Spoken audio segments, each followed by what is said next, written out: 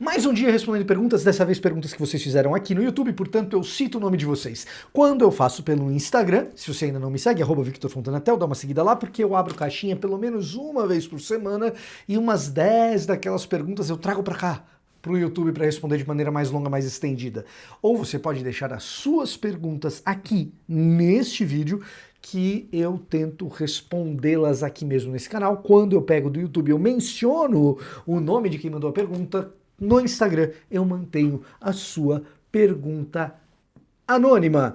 Eu farei isso, mas não sem antes me apresentar. Olá, eu sou o Victor Fontana, esse aqui é o meu canal, ele pode ser um pouco seu também. Para isso basta que você se inscreva nesse canal, ative as notificações, deixe seu like, deixe seu comentário. Tudo isso é muito útil para você mesmo, porque o YouTube passa a identificar que você gosta de Bíblia e de teologia e passa a indicar outros vídeos desse tipo para você. Se você está com a gente há mais tempo, considere a opção de se tornar um membro deste canal e assim ter os benefícios que só os membros possuem. Sem mais delongas, vamos responder as perguntas que vocês fizeram. Dessa vez, todas as perguntas têm nome de quem enviou, porque eu peguei aqui do YouTube, certo? Anderson Tadei pergunta o seguinte: existe chamado como algo irresistível, onde só se ache satisfação no ministério? Olha, chamado é um tema complicado quando a gente vai olhar para o texto bíblico. Por quê? Porque o texto bíblico não contém passagens normativas a respeito de chamado ministerial. Em outras palavras, uma passagem explícita em que um dos autores bíblicos exponha as regras que uma pessoa precisa seguir para identificar seu próprio chamado, para saber se um chamado é real ou se não é. O que o texto bíblico apresenta de maneira normativa são recomendações de características que um ministro deve possuir. E aí você pode olhar para o texto bíblico e procurar por esses textos, em especial, toda vez que esse assunto chega, eu recomendo que a pessoa leia as epístolas pastorais, 1ª e 2ª Timóteo, a epístola de Tito, ou a Tito, né? Paulo é quem escreve, é de Paulo a Tito. Essas 3 epístolas, porque são epístolas de preparação de jovens para o ministério.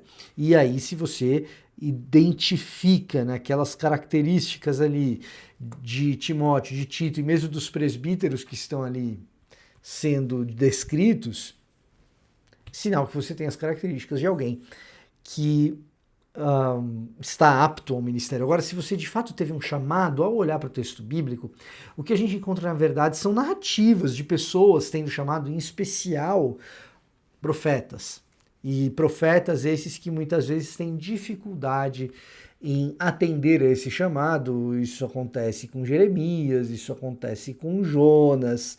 O chamado de Isaías é um chamado todo especial em que ele reconhece ser parte do problema, como eu menciono muitas vezes nesse canal, e ele precisa passar por uma purificação de lábios, mas esses textos todos são narrativos. O fato de ter acontecido com Jonas, ou com Jeremias, ou com Isaías, não significa que vai acontecer igual com você. Aliás, eu tô para ver ainda alguém que teve um chamado pastoral e um anjo veio com uma tenaz e uma brasa na ponta e queimou os lábios do pastor ou do candidato a pastor em questão. Então, só porque aconteceu com um personagem bíblico não significa que acontece igual com você, tá?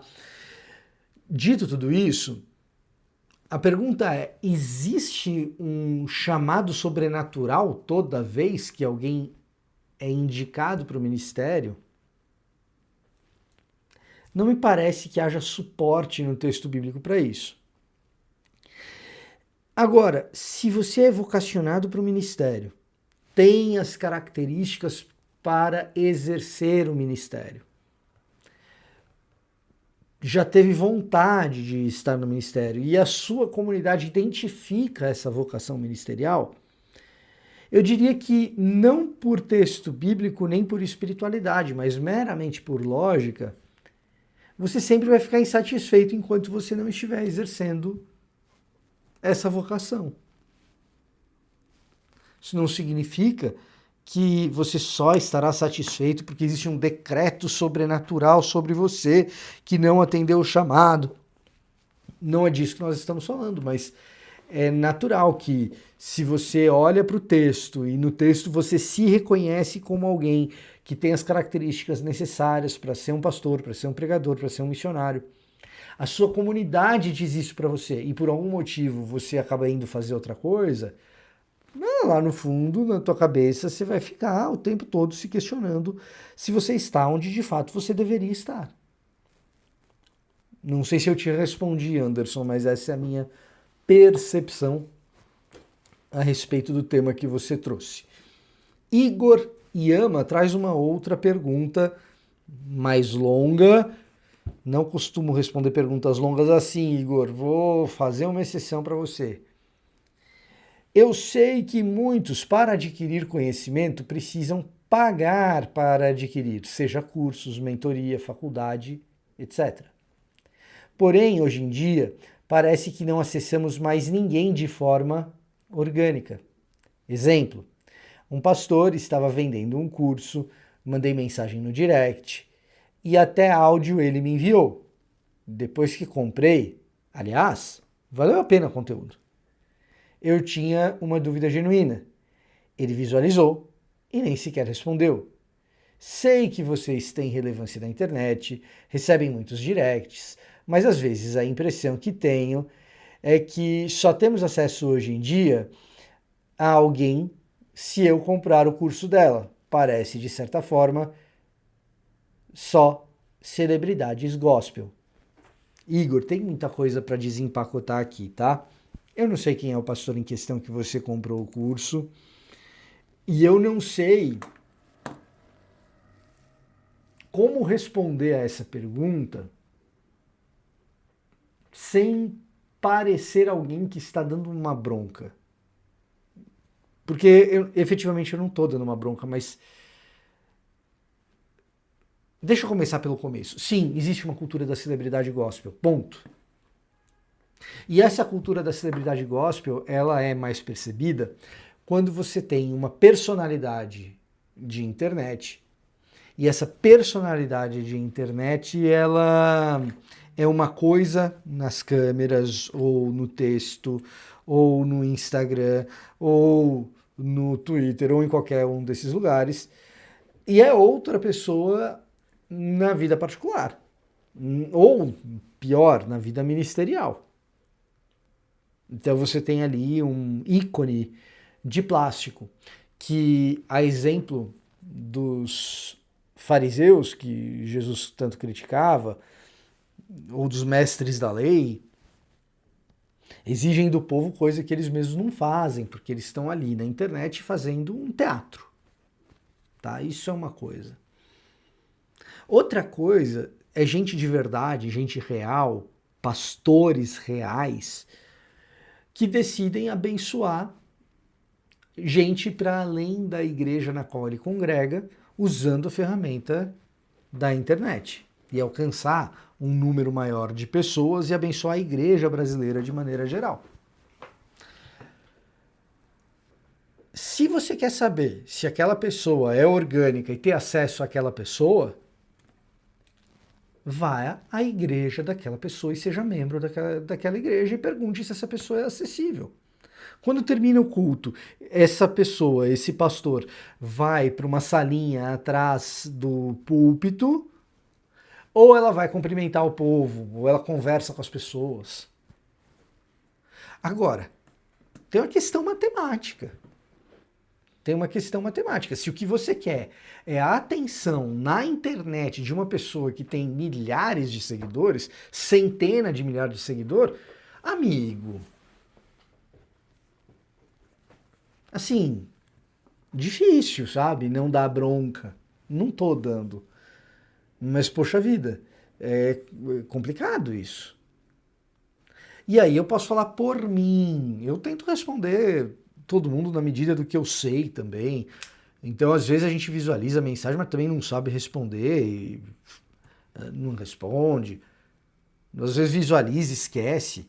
Ó, eu tenho mensagem no meu celular. Vamos ver quantas não atendidas aqui. 40. Mas eu visualizo uma dessas, chega mais duas, eu esqueço dessa. Então, assim, sim, você tem razão, existe uma cultura de celebridade gospel. E as pessoas são um pouco acessíveis. Vai na igreja dela ver se o cara é acessível ou se não é. Agora, pela internet, você quer ser respondido pela DM?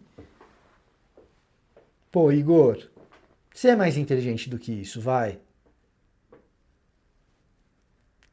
Se valeu a pena o conteúdo, meu amigo, como você disse que valeu a pena, eu não sei qual é o pastor que você comprou o curso, mas se você comprou o curso e o conteúdo valeu a pena,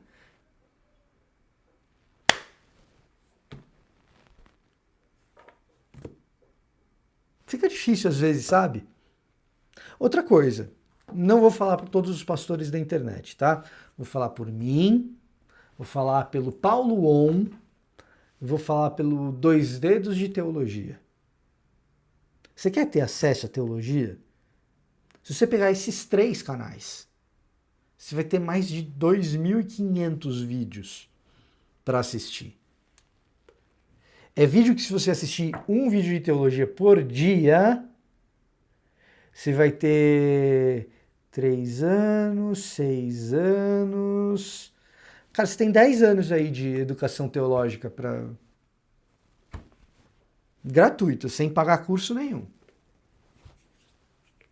Faz o seguinte, não vê o meu nem o do Iago, não. Vê só do Paulo On, que é mais teologia pura mesmo, não tem pergunta e resposta e tal. É lá, um aninho, cara. Você tem um aninho de conteúdo gratuito. Não precisa pagar curso, comprar curso de ninguém.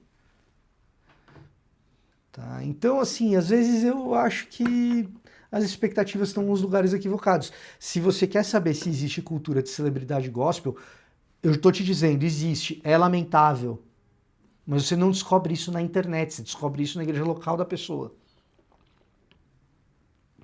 Você não descobre isso na DM.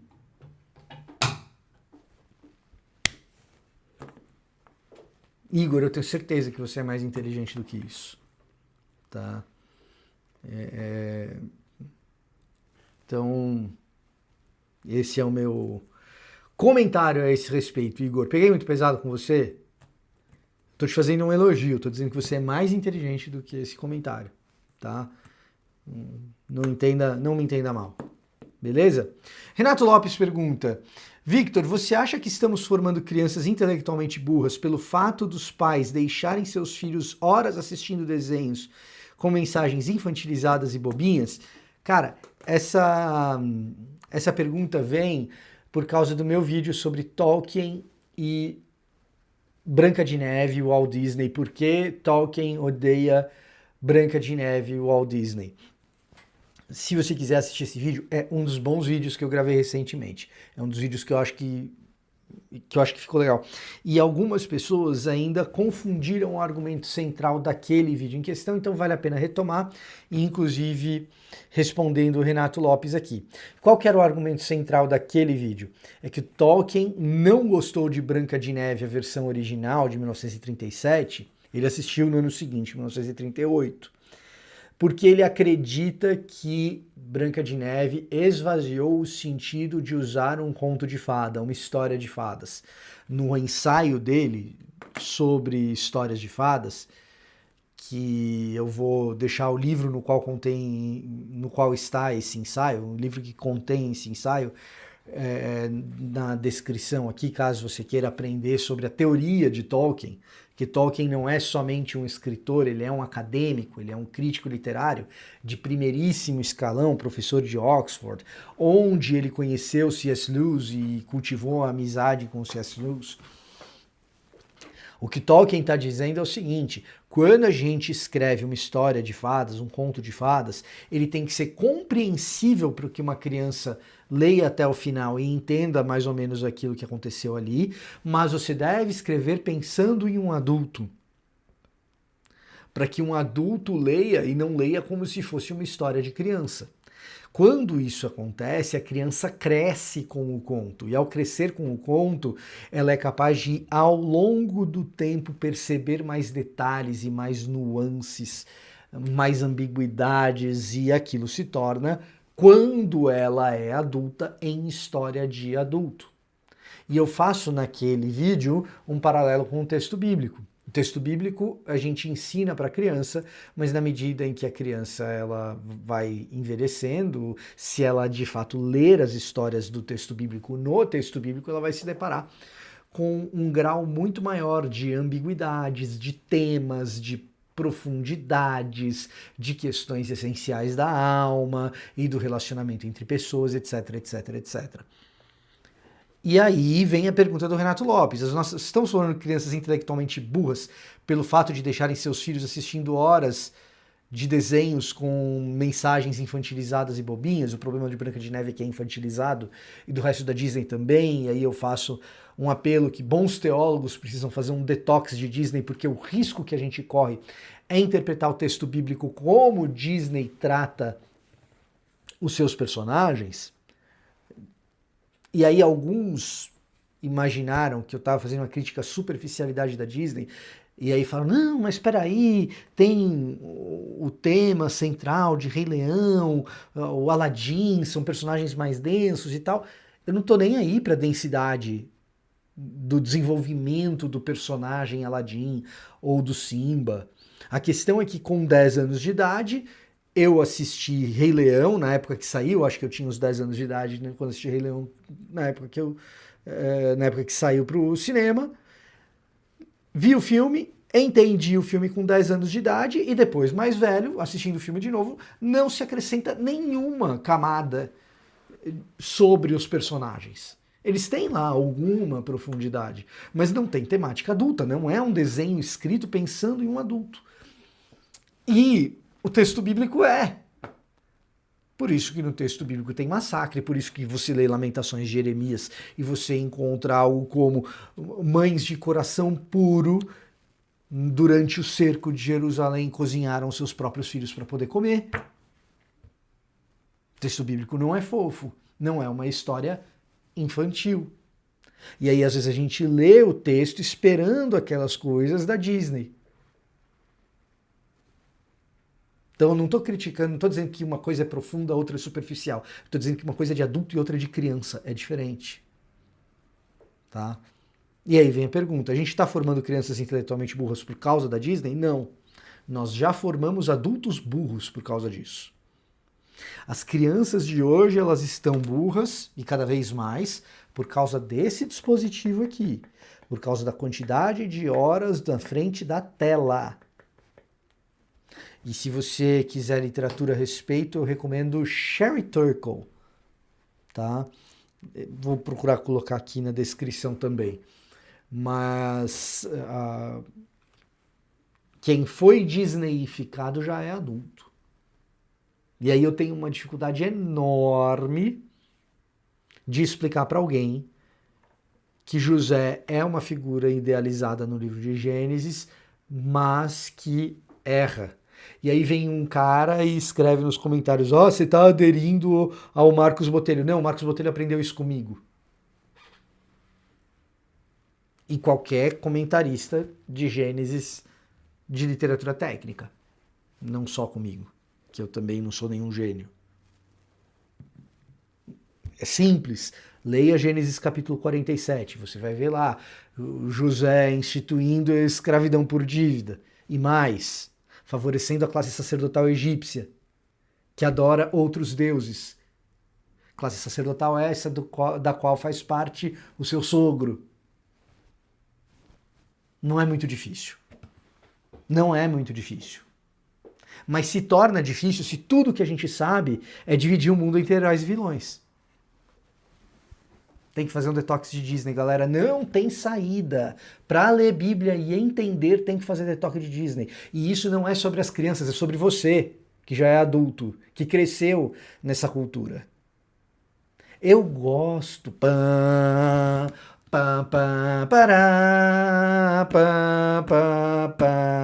Eu gosto. Herói, não sei o que, gosto. Assistir Vingadores no cinema, pessoal gritando, o Capitão América pegou o martelo do Thor, maravilhoso. Mas para entender determinadas coisas, para lidar com maturidade, etc, etc, etc, amigão, tem que ler Ana Karenina, tem que ler Irmãos Karamazov, tem que ler Dom Casmurro, tem que entender a dualidade de Bentinho. Renato, obviamente aqui eu não estou reclamando de você que mandou a pergunta, tá? Mas é o contexto, é a situação na qual estamos, em que a gente tem uma deficiência de interpretação de texto que faz com que o trabalho de incentivo a uma interpretação de texto mais bem informada, com maior repertório, seja um trabalho absolutamente necessário, imprescindível, na verdade. Beleza? Fabienne Lima, por que você não postou imagem com adaptação dos estúdios Ghibli? Você foi lá no meu Instagram olhar a minha provocação e deixou um comentário aqui no YouTube. Fabienne, você tá certa, porque você faz parte do ecossistema aqui. Deixa eu ver quem tá me ligando.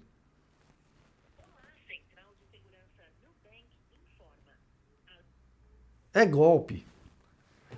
Fabienne, você faz parte do ecossistema aqui. A gente vai se retroalimentando aqui com teologia. E aí tem Instagram, tem YouTube, é isso aí mesmo que eu quero que faça, hein? Se inscreve aqui e segue por lá.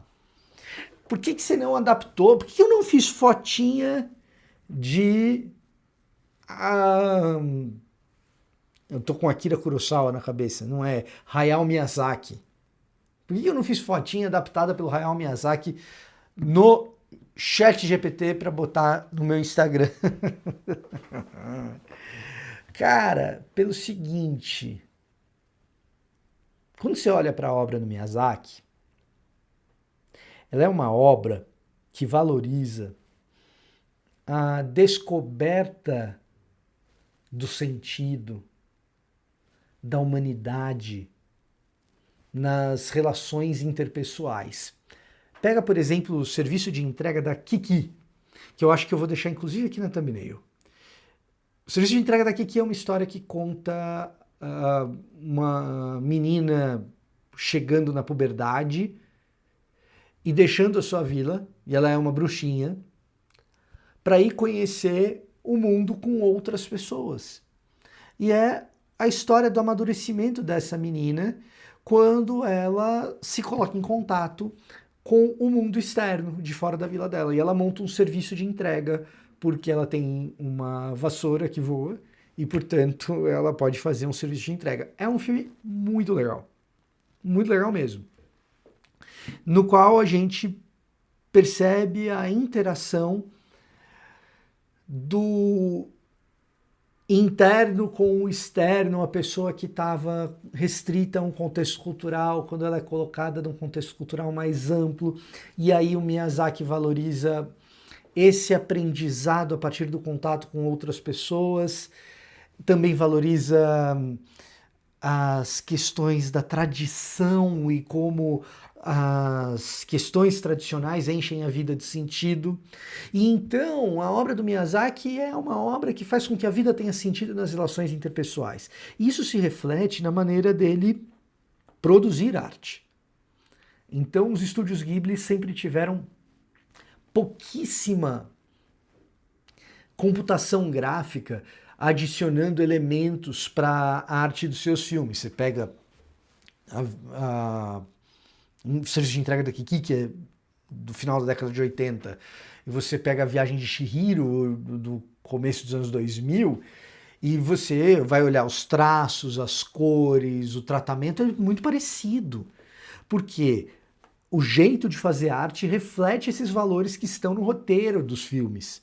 É mão no papel e nanquim na mão, e é caneta, e é traço de desenho.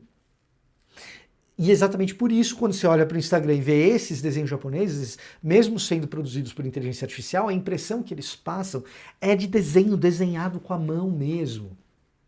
E não me surpreende fazer tanto sucesso no Instagram, por quê?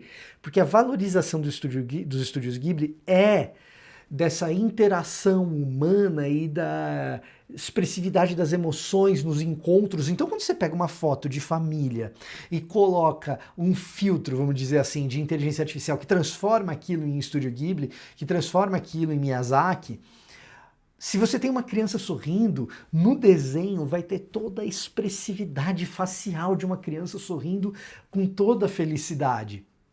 As sobrancelhas, o olhar, tudo tá ali na obra do Miyazaki. Então, você transforma uma foto bonita de família numa arte que capta totalmente a essência dessa emoção ali. Então é natural que fique lindo para o Instagram, e é uma rede que valoriza essa aparência de felicidade, vai funcionar super bem. Agora, perceba o seguinte, usar a inteligência artificial para simular aquilo que Miyazaki estava querendo expressar como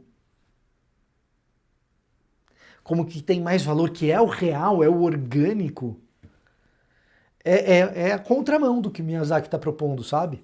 Então eu não tenho nada contra quem fez, eu acho fofo, acho bonito, dei liking de vários amigos, tem famílias ali que já são lindas, né?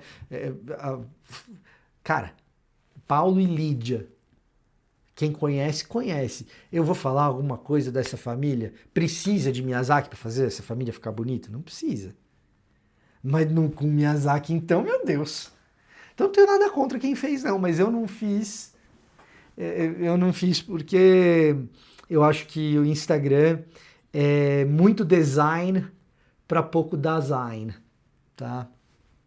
Aí, se você quer a referência, vai estar aqui na descrição também para você adquirir o livro, mas não sei se vai ser fácil a leitura, tá? Mas é isso, para mim o Instagram é muito design para pouco ou nenhum design.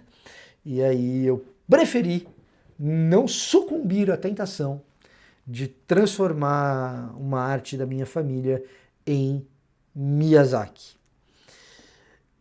Quantos minutos nós temos aqui de gravação? Tá de ótimo tamanho, não vou continuar. Eu ia responder mais uma pergunta que seria sua, Fábio Simão. Se você sabe quem é Fábio Simão e se você é o Fábio Simão, você sabe que eu ia pelo menos gastar mais 20 minutos aqui, porque as perguntas dele são demasiado complexas. Então fica para uma próxima. Fábio, eu vou responder, tá bom? Esse era o meu recado para hoje. Dá uma passada na descrição, conhece os meus links, deixa o seu like, deixa o seu comentário. Eu vou ficando por aqui e até a próxima.